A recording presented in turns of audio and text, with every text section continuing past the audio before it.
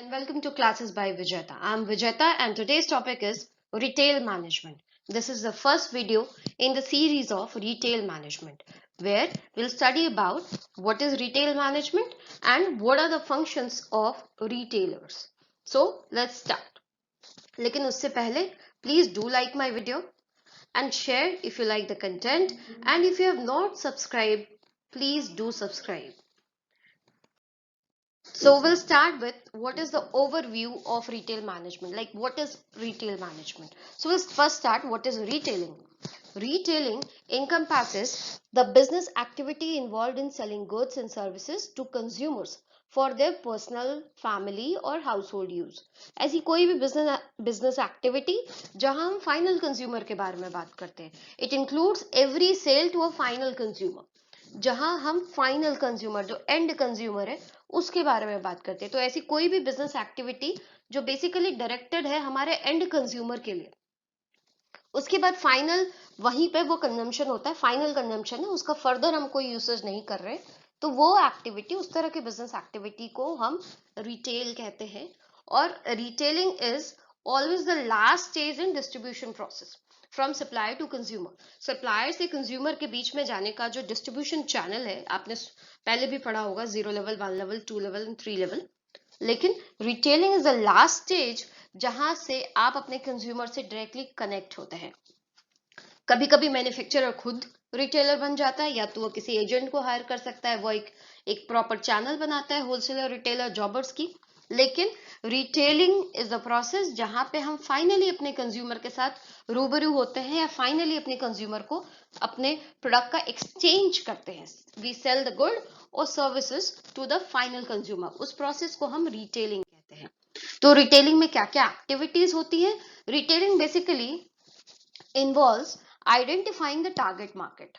हमारा target market क्या है? मान लो मेरी एक कॉस्मेटिक की स्टोर है, तो मेरा टारगेट मार्केट कौन है? मेरे लिए जो टारगेट मार्केट है ऐसे लोग हैं जो कॉस्मेटिक्स का इस्तेमाल करते हैं, जो जिनको ब्यूटी प्रोडक्ट में इंटरेस्ट है, जिनको श्रृंगार का शौक है. तो वैसे लोग मेरे टारगेट मार्केट हो सकते हैं. लेकिन इफ आई एम सेलिंग से मैट्रेसेस, तो उसके लिए it is a product of mass market.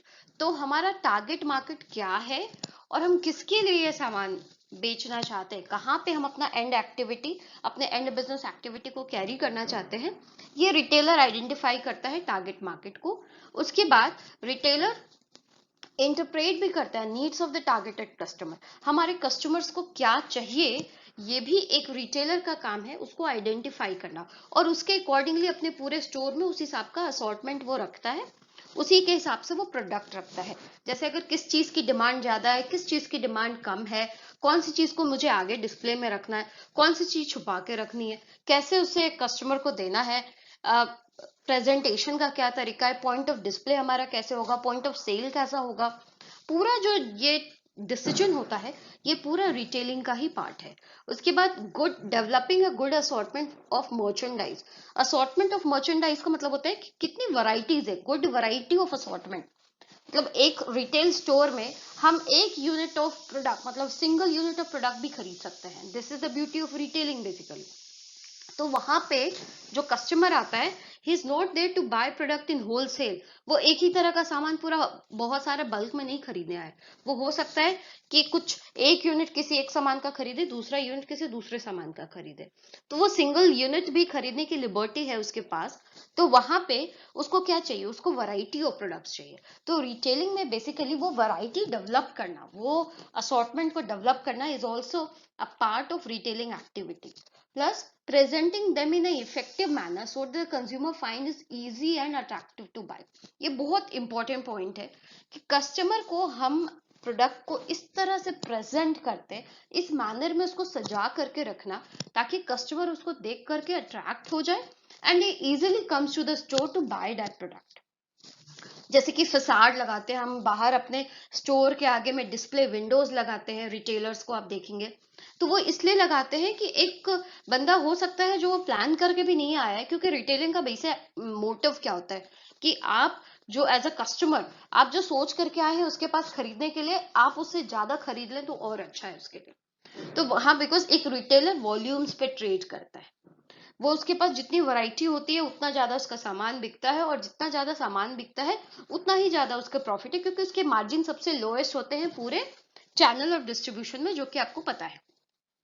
तो वहां पे वैरायटी और रेगुलर परचेज ऑफ प्रोडक्ट वो बहुत इंपॉर्टेंट है उसके लिए। तो वो सामान को इस तरह से ब्यूटीफुली प्रेजेंट करना, मतलब point of display, point of sale को इतना ब्यूटीफुली प्रेजेंट करना ताकि लोग आराम से अट्रैक्ट होकर के उसके पास आए और उसके पास वो बाइंग करे, उसके पास वो खरीदारी करे। That is the activity retailer gets involve in it. और उसके बाद व्हाट आर लाइक, अगर आप ये पूरा चैनल डायग्राम देखते हैं तो डायग्राम में देखिए, every time you will find there is a retailer and consumer either starts from the manufacturer with a channel like wholesaler, stockist, local stockist, and then retailer, or it is directly from the manufacturer to the retailer to the consumer. But retailer is always there to serve the end consumer, और जो end consumer है उसका interaction सबसे ज्यादा retailer के साथ ही होता है। तो वहां रिटेलर बहुत तरह का सोर्स है इंफॉर्मेशन के लिए, बहुत तरह का, जैसे कस्टमर के नीड को आइडेंटिफाई करना, एक कंपनी, एक मैन्युफैक्चरर जितने अच्छे से नहीं जान सकते उतने अच्छे से रिटेलर उसमें इनपुट्स दे सकते हैं। उसके बाद आता है what are the functions of retailers. तो सबसे पहला फंक्शन क्या है, जैसा कि आपको पहले बताया कि वहां पे सबसे ज्यादा रिटेलर और कंज्यूमर का एक रिटेल पॉइंट में इंटरेक्शन होता है। तो कस्टमर के नीड्स एंड वांट्स को आइडेंटिफाई करना, उसको समझना, that is the basic function of retailer. उसको समझ करके ही वो सामान ला सकता है। उसके बाद providing an assortment of product और सर्विस टू कंज्यूमर्स। प्रोडक्ट और सर्विसेज का एक असॉर्टमेंट, मतलब वैरायटी, एक पूरा एक बंडल ऑफ प्रोडक्ट प्रोवाइड करना अपने कस्टमर्स को, ये भी फंक्शन है रिटेलर का। जैसे मान लीजिए अगर हम कुर्ती खरीदने के लिए गए हैं तो उसके साथ में अगर मुझे लेगिंग चाहिए, मुझे पजामा चाहिए, मुझे प्लाजो चाहिए, उसके साथ क्या मैचिंग हो सकता है, वो भी एक असॉर्टमेंट का आइडिया होना रिटेलर को बहुत जरूरी है। अगर वो कपड़े बेच रहा है तो उसके साथ साथ में उसके साथ क्या एक्सेसरीज जाएंगी, अगर वो भी रखता है तो उसके रिटेल स्टोर में लोगों का आने का चांसेस और भी ज्यादा हो जाता है।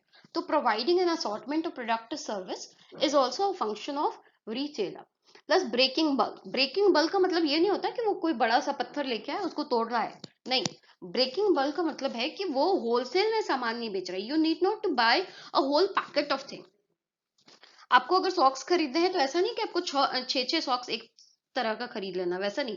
You can buy a single product also. लेकिन रिटेलर क्या करता है, वो होलसेलर से जो बल्क में लेकर के आता है और वो बल्क को फिर वो ब्रेक करके, मतलब वो उसको इंडिविजुअल यूनिट्स में डिवाइड करके उसका एसक्यू बना के और कस्टमर्स को फ्री करता है कि आप सिंगल यूनिट भी खरीद सकते हैं। तो breaking bulk is also a function of retailer.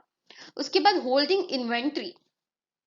Holding inventory, जितना भी सामान आप खरीदते हैं आप सीधे मैन्युफैक्चरर के पास नहीं जाते। If you are not into a zero level marketing तो आप मैन्युफैक्चरर के पास सामान खरीदने नहीं जाएंगे, you go to a retailer to buy a product.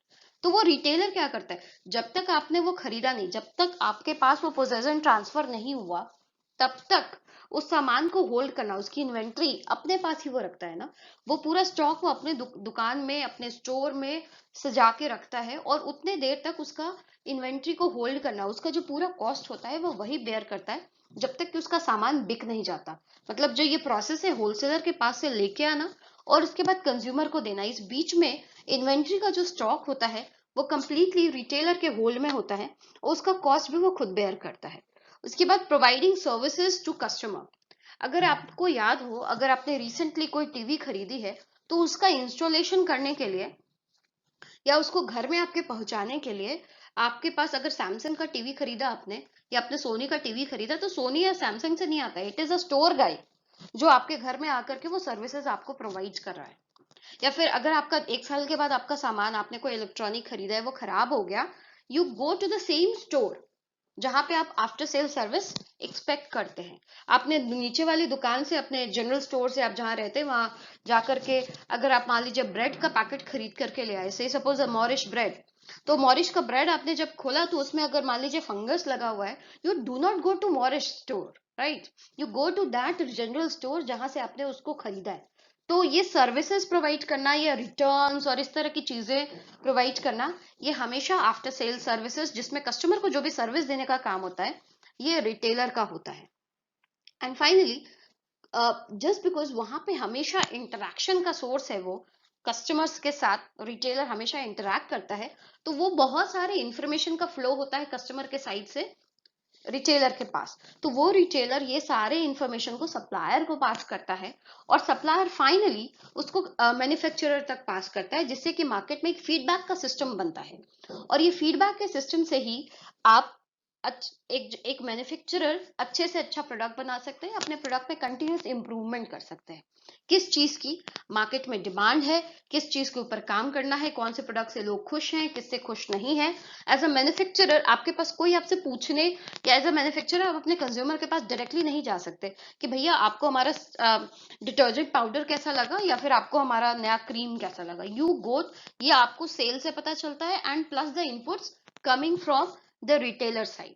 और ये रिटेलर्स सप्लायर्स को बताते हैं, suppliers get back to the manufacturer, जो इसमें चेंजेस ला सकते हैं।